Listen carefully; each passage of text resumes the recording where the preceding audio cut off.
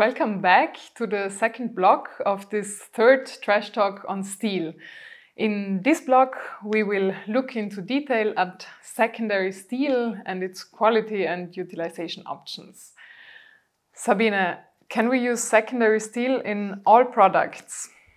Well, in general, the nice thing about steel is that you can melt it down. All the things which happen during heat treatment or anything else and forming are not relevant because you just melt it down. But we run into troubles when it comes to contaminations. There are different contaminations. There can be wanted alloy elements which then maybe not wanted anymore in the next product because they have all different demands. And also you can have contamination, I think it's also quite known that copper is a big problem, especially if you have cars and there are a lot of cables which are then mixed up eventually with the steel scrap, and there you run into troubles. So in general, it's amazing that you can just remelt it, you have your more or less virgin properties, but it might be contaminated where we have to find solutions for that. Ichiro, which are the most relevant elements, alloy elements, when it comes to secondary steel utilization? Yeah, as she said, one of the biggest issue is copper, because copper components are used with steel in many products. Therefore, when we recover the steel scrap, those components are mixed in the steel scrap. Therefore, we have a certain amount of copper content in steel scrap.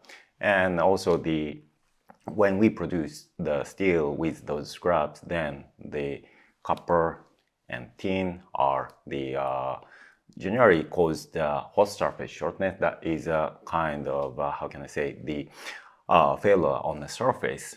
But it can be treated with additional treatment in production processes. And basically those elements can contribute to the higher strength. But the bad effect on bending or elongation, and also some welding. So therefore, we could have that kind of steel with how can I say, the special design, like without any welding, without any bending, then it doesn't have any problem. So the way of the use of steel would be helpful for the contamination of those trap elements. You're already speaking about some solutions. Yeah. Let's first maybe briefly talk about where these elements come from. So you mentioned it's cross-contamination. What are the main origins of these elements? That is a very big issue, but there is no evidence there. But firstly, we can imagine the motors or compressors from some electric equipment or cars. But when we compare the amount of copper coming from those products and the copper existing in steel, then those copper amount is not fulfilling that amount.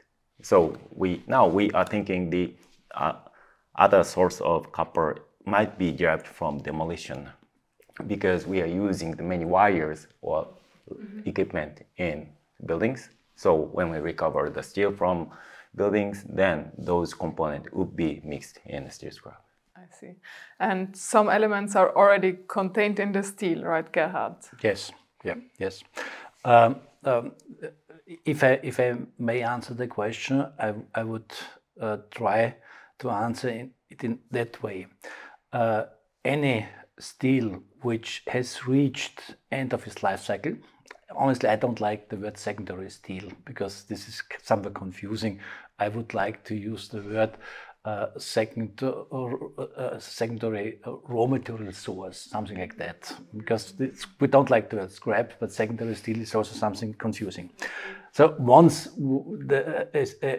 a construction made out of steel is used end of life, or we get it back from the production of the part in the automotive industry, we use this material and we can always make out of this new steel. There's no question. So 100% of what we get as a secondary source, we can use again for making new steel. This is, for me, Sabine, 100% sure, I would say so. The question is, probably cannot fulfill all, we are living in a technical environment, we cannot fulfill all technical specifications which we are getting from the industry. If we look to the aircraft industry or the automotive, we cannot fulfill all specifications nowadays using only this as a source. I would like to answer that in that way to clarify it a little bit. So nothing will be lost. But we cannot make everything out from this secondary source because there are tramp and trace elements in the steel like antimony, tin, zinc, which you can get rid of, but only sometimes by diluting, and then you need also some virgin material to fulfill the specification. Question is the specification always necessary, which is coming from the industry? Sometimes I think it's not necessary, so we can widen up the range of using more secondary sources. That would be the challenge. Speaking from a production perspective, we talked about the two production routes of blast furnace and electric arc furnace in the first part of this trash talk. Which is the share from a production perspective of secondary resource that can be used in these routes? It's a good question, Sabine. Maybe you want to answer that. No, you're the metallurgist, right? No, in electric arc furnace, as we were saying, we're using 100%. But altogether, if I look on the worldwide scale, and maybe someone has better figures than me, but to the fact that steel is still a growing market, I would guess at the time being 70% is still made via the blast furnace route. It is. It is, okay. And 30% is used by other way. But we have to go in the other direction. So in Europe, I think it's 41% electric arc furnace, so it's a little higher in Europe. But we have, again, the same discussion about the saturation. So we do not need that much steel as in other regions of the world. How can we know which elements are present in the steel scrap? Are there ways to measure this? Yes, there are ways to measure it. We have actually very sophisticated methods via using laser light, via using really sophisticated way to measure what is in the steel, in the scrap. Of course, we can always analyze the scrap. We can take samples, but at least in the electric arc furnace production route, you really know what is in the steel when you take the first sample after melting the ingredients in the electric arc furnace. So from the electric arc furnace, you trap it in a ladle, then you take the first sample, you make a chemical analysis, and then you know exactly what is in there. You can estimate it, but that's really the sample who is telling us what is in the steel. So basically we can know what we have, we can recycle steel to 100%. So what can we do to utilize secondary resource in secondary steel from the secondary round in more products? Which options do we have to tackle these challenges of the different tramp elements, for example, that are contained in steel?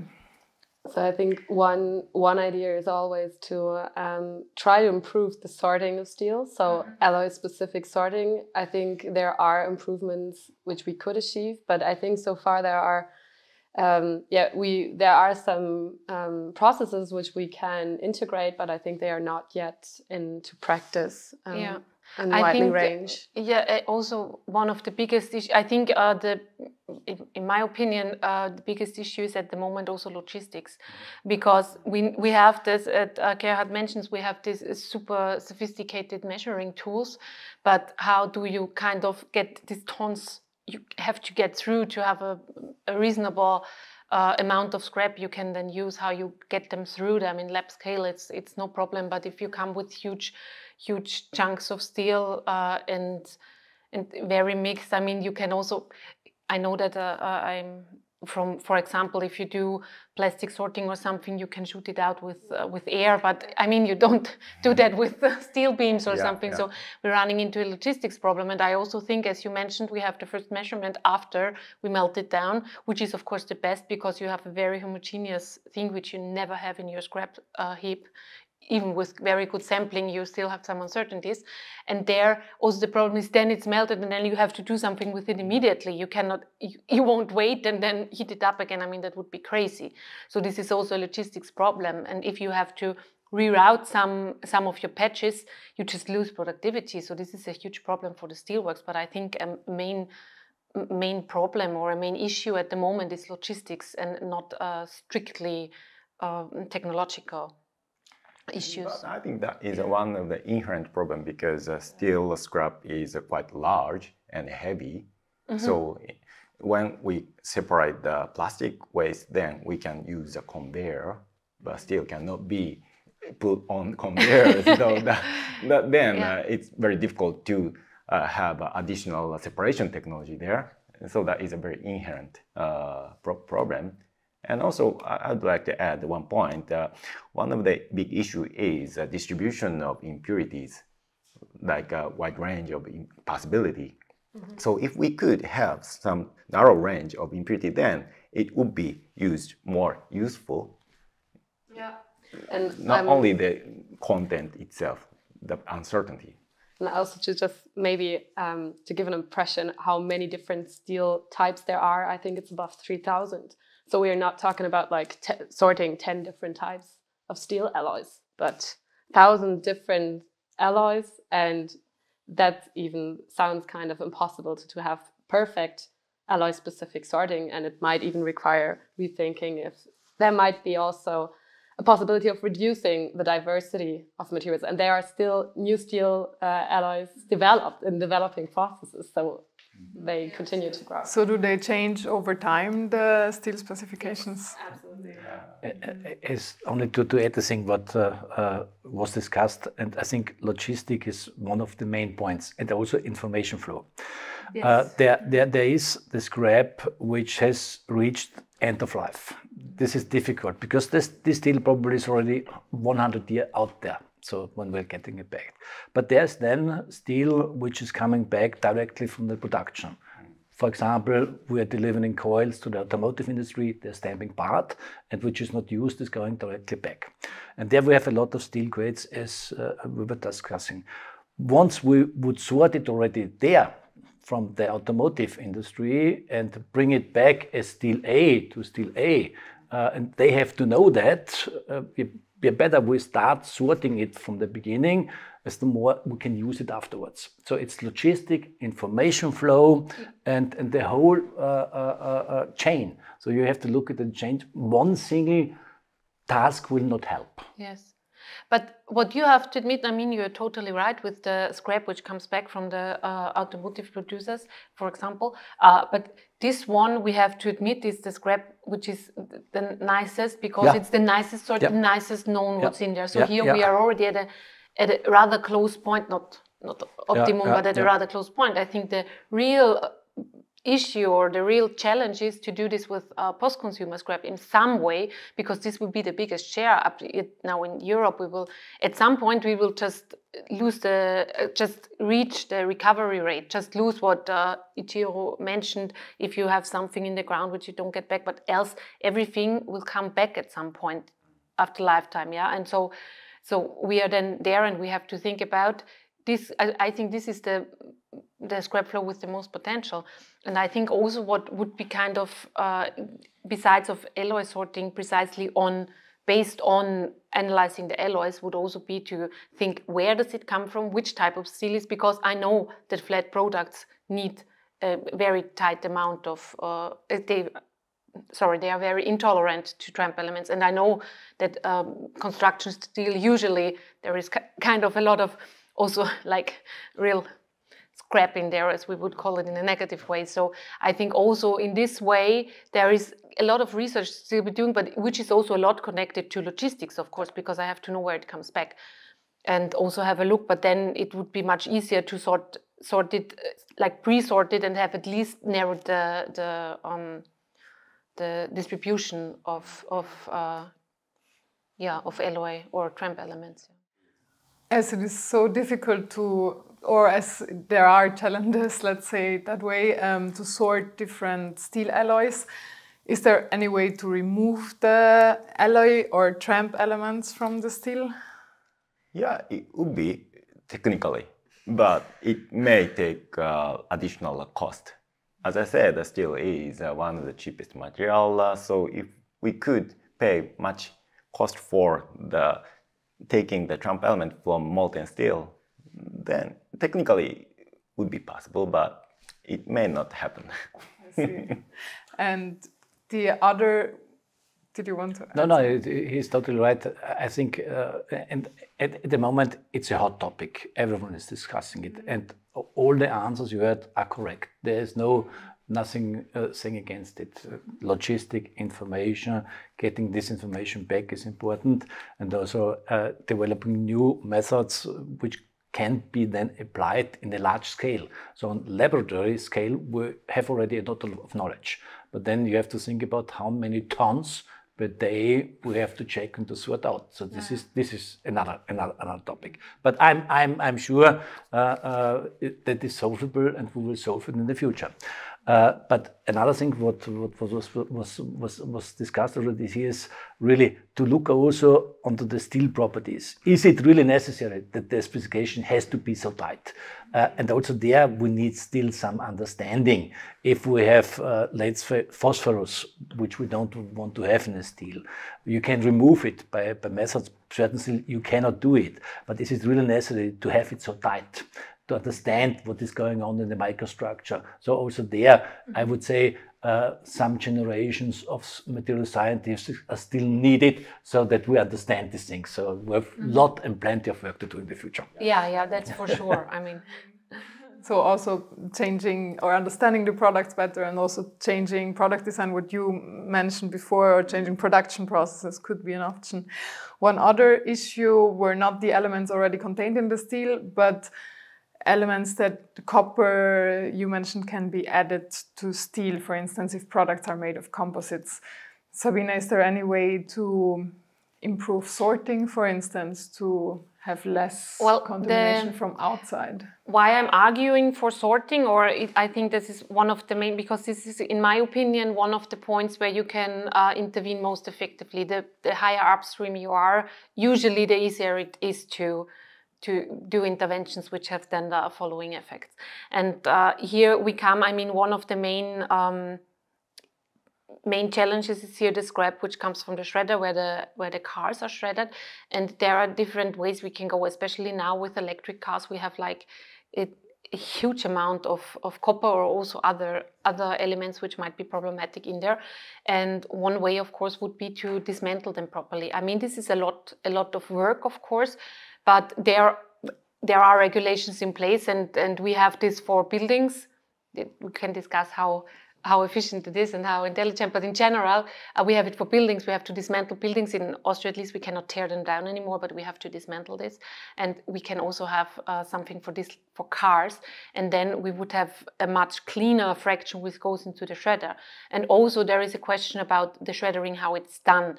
We are now using a very effective but brute method where everything is kind of hammered into each other, and there are also some kind of cutting shredders which would not bind the copper like permanently to the steel, where you then still could do some better sorting. So there are many ways where you could intervene, and especially the cars have a very high-end steel in there, especially all the surroundings, and so this would be, in my opinion, a point where we could start at least.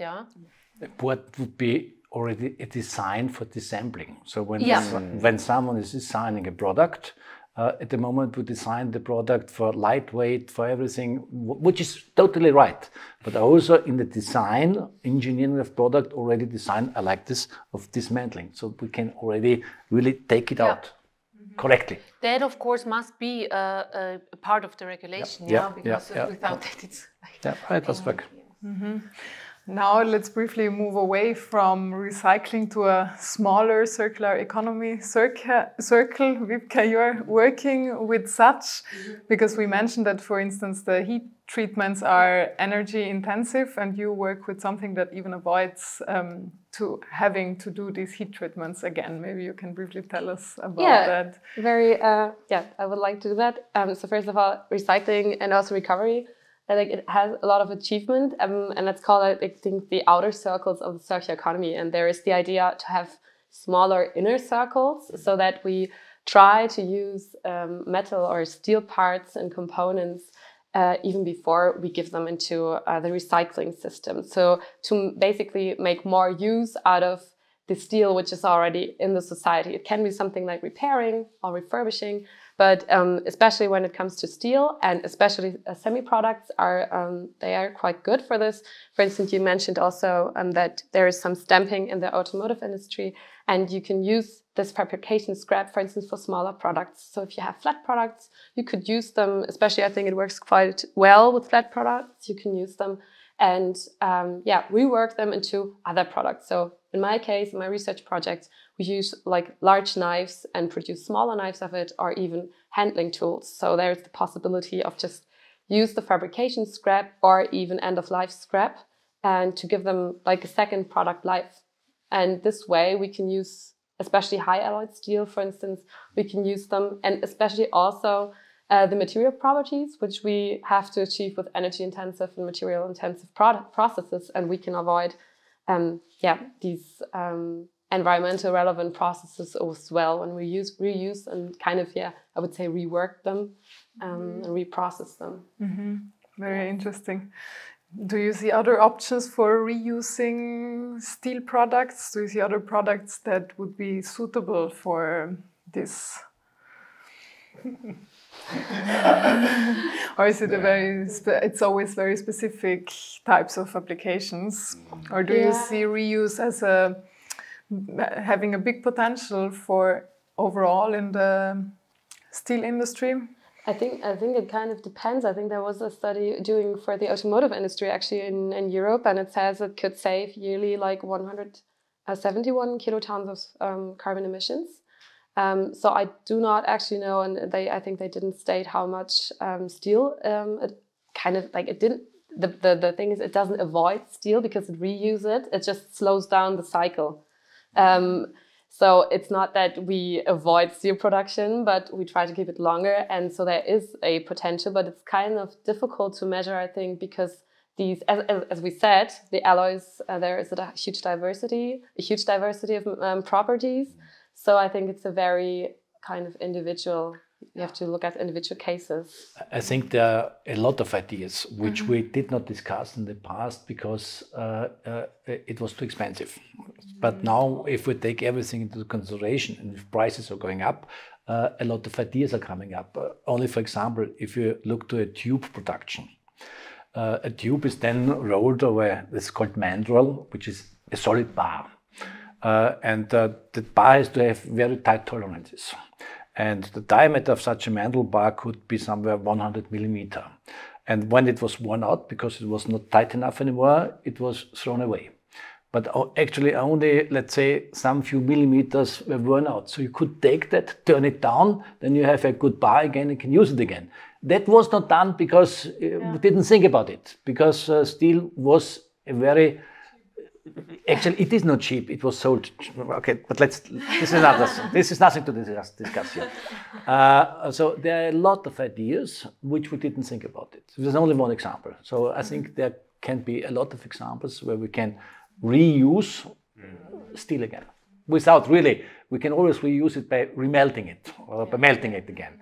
But without doing that. So that is good to hear, and there are also many other options to make steel more sustainable, about which we will talk in the upcoming third block of this Trash Talk. Stay with us.